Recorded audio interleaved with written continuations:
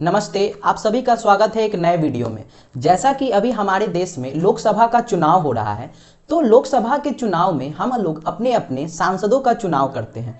तो हमें एक अच्छे सांसद का चुनाव करना बहुत ही ज़्यादा इम्पोर्टेंट होता है, क्योंकि एक सांसद होता है ना, वो कहीं ना कहीं हमारे और आपके बच्चों के फ्यूचर को भी डिसाइड करता है। क्योंकि अगले 5 सालों तक सरकार का जो भी कामकाज होगा या सरकार का जो भी पॉलिसी होगा, वो आप तक पहुंचाने का जिम्मेवारी उसी का होता है। तो आपको एक अच्छे सांसद का चुनाव करना बहुत ही ज्यादा इंपॉर्टेंट है, क्योंकि कल वो ही जाकर पार्लियामेंट में बैठेगा। और जैसा कि हम लोग जानते हैं, पार्लियामेंट में क्या होता है, सारा जो डिसीजन है वहीं पर लिया जाता है कि कैसे हम एक देश को चलाने वाले हैं, क्या क्या चीज हम करने वाले हैं। तो आप अगर एक गलत इंसान को चुन लेते हो, तो क्या वो आपके हक का लड़ाई लड़ेगा? क्या आपकी बातों को वहां जाकर वो रखेगा कि हमारे देश, हमारे क्षेत्र के या हमारे कॉन्स्टिट्यूएंसी के लोगों का ये प्रॉब्लम है, आप इसे सॉल्व करो? इसके लिए क्या है कि आपको एक अच्छे लीडर का चुनाव करना बहुत ही ज्यादा इंपॉर्टेंट है। अक्सर हम इन सब बातों पर ध्यान नहीं देते हैं, सोचते हैं कि ये सब क्यों इंपॉर्टेंट है। अगर ये इंपॉर्टेंट नहीं होता, ये जरूरी नहीं होता, तो क्लास 9th और 10th के बच्चों को इलेक्शन, डेमोक्रेसी, पॉलिटिकल पार्टीज, चुनाव, इन सब के बारे में पढ़ाया जाता है कि चुनाव क्या होता है, पार्टियां क्या होती हैं, डेमोक्रेसी क्या होता है। तो अगर 9th-10th के बच्चे जिनके पास वोटिंग का राइट भी नहीं है, अगर उनको ये सब चीज बताया जा रहा है, तो कहीं ना कहीं आप और हम जो इस देश के नागरिक हैं, जो हमारे पास वोटिंग राइट भी है, तो क्या हमें जानना ये जरूरी है कि नहीं? तो इस वजह से क्या है कि आज हम लोग चर्चा करते हैं कि हमें अपने जब सांसद का चुनाव करते हैं, तो हमें किन किन बातों का ध्यान रखना चाहिए, किन किन बातों का ख्याल रखना चाहिए, क्योंकि अगले 5 सालों तक वही हमारा फ्यूचर डिसाइड करने वाले हैं। क्योंकि हम तो यहीं रहेंगे, तो अगर यहां डेवलपमेंट होगा तो हमारा भी फ्यूचर बूस्टअप होगा, और यहां डेवलपमेंट नहीं होगा तो हमारा भी फ्यूचर है ना डार्क में जाएगा। इसीलिए क्या है कि हमें एक अच्छे लीडर का चुनाव करना बहुत ही ज्यादा जरूरी है। अक्सर हम लोग क्या करते हैं कि जब हम लोग एक लीडर का चुनाव कर रहे होते हैं ना, तो हम क्या करते हैं, उस कैंडिडेट को नहीं देखते हैं, हम उस कैंडिडेट के जो टॉप लीडर हैं उनको देखने लगते हैं। हम क्या करने लगते हैं, मोदी जी और राहुल जी को देखने लगते हैं। अब सोचने वाली बात यह है कि क्या आप सोचिए, राहुल जी और मोदी जी, आप किसी को भी चाहते हो, दोनों में से आप किसी भी पक्ष के चाहने वाले हो, क्या राहुल जी और मोदी जी कभी भी चुनाव के बाद आपके और हमारे बीच में आएंगे? शायद मेरे ख्याल से वो एक दिन भी नहीं आएंगे। या तो उनको समय का अभाव होगा या कोई भी और चीज होगा जिसकी वजह से वो हमारे और आपके बीच में नहीं आ पाएंगे। तो हमारे और आपके बीच में रहने कौन वाला है? हमने जिस सांसद को चुना है। तो अगर हम एक गलत सांसद को चुन लेते हैं, तो क्या हमारी चीजों को, हमारे जो कठिनाइयां हैं या जो हमारे आपके पास या हमारे समाज में प्रॉब्लम है, क्या उसको लेकर वो ऊपर तक जाएगा? उसको लेकर क्या वो मोदी जी, राहुल जी के पास जाएगा कि हमारे क्षेत्र की जनता का ये समस्या है, आप इसको सॉल्व कीजिए? मेरे ख्याल से नहीं जाएगा। वो अपना मतलब का काम निकालने लगेगा। इसलिए कि क्या बहुत ही ज्यादा जरूरी है कि हम एक अच्छे लीडर का सिलेक्शन करें। क्योंकि अगर मोदी जी और राहुल जी कितना भी अच्छा आपके लिए काम करने का सोचें, कितना भी अच्छा आपके लिए डिसीजन ले, ताकि हो सकता है कि वो लोगों के लिए बहुत ही ज्यादा बेनिफिशियल हो, लेकिन उस डिसीजन को, उस फैसला को, उन सब सारी चीजों को हमारे और आपके बीच में कौन लेकर आएगा? जो हमारा और आपका लीडर है। अगर मोदी जी या राहुल जी कोई बहुत ही अच्छा स्कीम ला दिए, जिस स्कीम के थ्रू आपका सोसाइटी रातों रात एकदम डेवलप हो सकता है, आप एज्यूम करो ऐसा, लेकिन अगर आपका जो लीडर है वो सोया हुआ है, उसको इससे कुछ लेना देना ही नहीं है, तो क्या उस चीजों को वो आप तक ले आ पाएगा? नहीं। क्या वो चीज को वो अपने यहां इंप्लीमेंट करवा पाएगा? नहीं इंप्लीमेंट करवा पाएगा। तो एक मोदी जी या राहुल जी जो कि पीएम होंगे, उनके द्वारा लिया गया एक अच्छा फैसला भी आपके और हमारे हित में नहीं होगा। इसीलिए हमें क्या करना है, जब हम चुनाव के समय वोट दे रहे हो, तो हमें यह देखना बहुत ज्यादा जरूरी है कि हम मोदी और राहुल के नाम पे वोट न देकर हम अपना जो कैंडिडेट है उस कैंडिडेट को देखें।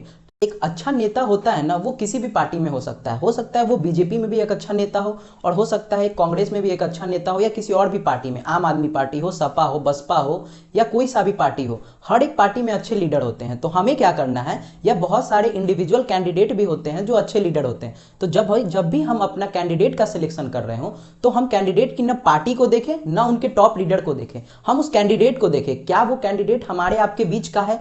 क्या वो हमारी चीजों को गवर्नमेंट तक ले जा सकता है और गवर्नमेंट से आपके लिए और हमारे लिए उस काम को करवा सकता है? हमें ऐसे लोगों का चुनाव करना है। तो आप इसे एक एग्जाम्पल से भी समझ सकते हो। अगर एक परिवार है, उस परिवार का जो मुखिया है वो बहुत ही अच्छे हैं, लेकिन उस परिवार के सारे सदस्य अच्छे नहीं हैं, तो उस परिवार का विकास होगा, डेवलपमेंट होगा, इसका आपको कितना चांस लग रहा है? मेरे ख्याल से उस परिवार को तो कुछ नहीं होने वाला है। लेकिन वहीं पर एक परिवार ऐसा है कि जिसके सारे सदस्य हैं वो बहुत ही अच्छे हैं, वो अपने परिवार के डेवलपमेंट के लिए काम कर रहे हैं, तो स्वाभाविक सी बात है उस परिवार का जो मुखिया होगा वो अच्छा होगा ही होगा।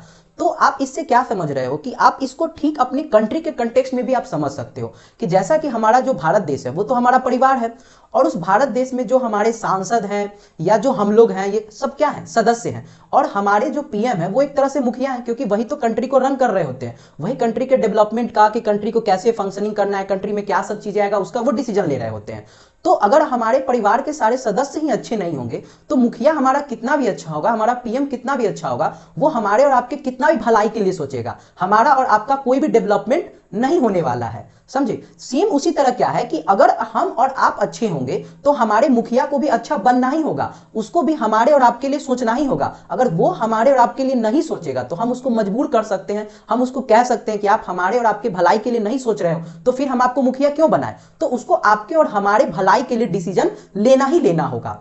जैसा कि मैं आप लोगों को एक लोकसभा सीट का एग्जांपल देता हूं, ये कोई हाइपोथेटिकल डेटा नहीं है, ये रियल डेटा है। तो 2019 में जो बीजेपी की तरफ से कैंडिडेट था, आज 2024 में वो कांग्रेस की तरफ से लड़ रहे हैं, और 2019 में जो कांग्रेस की तरफ से थे 2024 में आज वो बीजेपी की तरफ से लड़ रहे हैं। तो ऐसा क्यों हुआ होगा? क्यों बीजेपी के कैंडिडेट को उसको दोबारा है ना वहां से लड़ने का मौका नहीं मिला? तो ऐसा इसलिए क्योंकि हो सकता है कि उसने 5 साल वहां पर कोई काम ही नहीं किया हो, तो उसकी पार्टी को लग रहा हो कि ये तो इस साल जीतेगा नहीं, तो इसलिए पार्टी ने उसका टिकट काट लिया। तो अब इन सब चीजों में नुकसान किसका हुआ? देखो, जिसका टिकट कटा वो तो कांग्रेस में चला गया और उसको फिर वहां से टिकट मिल गया, लेकिन इन सब चीजों में कहीं ना कहीं नुकसान वहां की जनता का हुआ। वहां की जनता ने क्या किया कि उस कैंडिडेट के बारे में पता नहीं लगाया, उस कैंडिडेट को नहीं देखा। उसने क्या किया कि मोदी और राहुल के नाम पर देखकर वोट दे दिया, क्योंकि वो मोदी बीजेपी की तरफ से था तो मोदी जी के नाम पर उसको वोट मिल गया। अब जनता उसको मोदी जी के नाम पर वोट दिया कि मोदी जी के नाम पर वोट देना, ये काम तो करेगा ही करेगा, लेकिन उसने कोई काम नहीं करा। तो लोगों के साथ धोखा हुआ कि नहीं? लोग 5 साल अगर कोई लीडर चुनते हैं तो इसलिए चुनते हैं कि वो कोई काम करेगा, लेकिन उसने कोई काम नहीं किया, तो उसका जैसे ही टिकट कटा उसने अपने पार्टी को चेंज कर लिया। अब बताइए, एक इंसान पार्टी को सिर्फ इसलिए चेंज कर ले रहा है क्योंकि उसको टिकट नहीं मिल रहा है चुनाव में, और वही इंसान क्या करता है, साल भर घूम घूम कर ये कहेगा कि पार्टी हमारी मां है। तो आप जब अपनी मां को धोखा दे सकते हैं तो आप, हम और आप क्या है, हमारे और आपके जैसे जनता को तो वो डेली ठग सकते हैं। तो इसीलिए हमें क्या करना है, कभी भी किसी लीडर के नाम पे वोट नहीं देना है, क्योंकि क्या होता है ना कि अगर आप मोदी जी और राहुल जी को वोट देखकर वोट दे रहे हैं तो ऐसे कैंडिडेट जो होते हैं ना वो आपको और हमको ठगते ही रहते हैं। तो जिनके क्या होता है कि एक पॉलिटिक्स में, एक पॉलिटिकल पार्टी में क्या होता है कि जो लोग होते हैं उनका एक फिक्स्ड आइडियोलॉजी होता है, उनका एक फिक्स्ड थिंकिंग होता है कि वो उस टॉपिक पर या उस आइडियोलॉजी को लेकर आगे बढ़ते हैं और लोगों के बीच में जाते हैं। तो आप बताइए कि क्या उसका क्रेडिबिलिटी है उस कैंडिडेट का? वो कैंडिडेट कल मोदी जी को गलत कह रहा था, आज राहुल जी को वो गलत कह रहा है, और कल जो राहुल जी को गलत कह रहा था आज वो मोदी जी को गलत कह रहा है। तो ना ही उस कैंडिडेट का कोई आइडियोलॉजी है, वो तुरंत सिर्फ इस बेसिस पे पार्टी चेंज कर ले रहा है कि उसको टिकट नहीं मिल रहा है, और ना ही उसका क्रेडिबिलिटी है। तो ऐसे लोगों से हमें बहुत ही ज्यादा सतर्क रहना चाहिए, और ऐसे लोगों को कभी भी हमें नहीं चुनना चाहिए कि जो आपको और हमको ठग ले, क्योंकि एक बार अगर चुनाव हो गया ना तो अगले 5 सालों तक हमारे पास फिर कोई ऑप्शन नहीं रहने वाला है, क्योंकि फिर हम अपने, अगर हमारे से गलती कोई हो गया तो फिर हम इस गलती को सिर्फ 5 साल बाद ही सुधार सकते हैं, क्योंकि अगला चुनाव फिर 2029 में होगा। तो उस गलती को हमें पछतावा न हो, हमें उस गलती को लेकर 5 सालों तक न बैठना पड़े, इसलिए हमें क्या करना होगा कि आज ही जब हम अपना चुनाव कर रहे हो, अपना वोट कास्ट कर रहे हो, अपने लीडर का सिलेक्शन कर रहे हो, तो ध्यान से इन सारी चीज़ों को जाने, सोचे और परखें, फिर हम उनको वोट दें। क्योंकि आने वाला जो 5-10 साल है ना वो हमारे देश का गोल्डन पीरियड है, क्योंकि हमारा जो कंट्री है वो आज के समय में पूरे वर्ल्ड में सबसे फास्टेस्ट ग्रोइंग इकोनॉमी है। तो अगर इस ड्यूरेशन में अगर आप और हम पिछड़ जा रहे हैं, आप और हम अगर डेवलप नहीं हो पा रहे हैं, तो शायद आप और हम फिर कभी डेवलप नहीं हो पाएंगे, या अगर बहुत ही पीछे रह जाएंगे डेवलपमेंट के रेस में।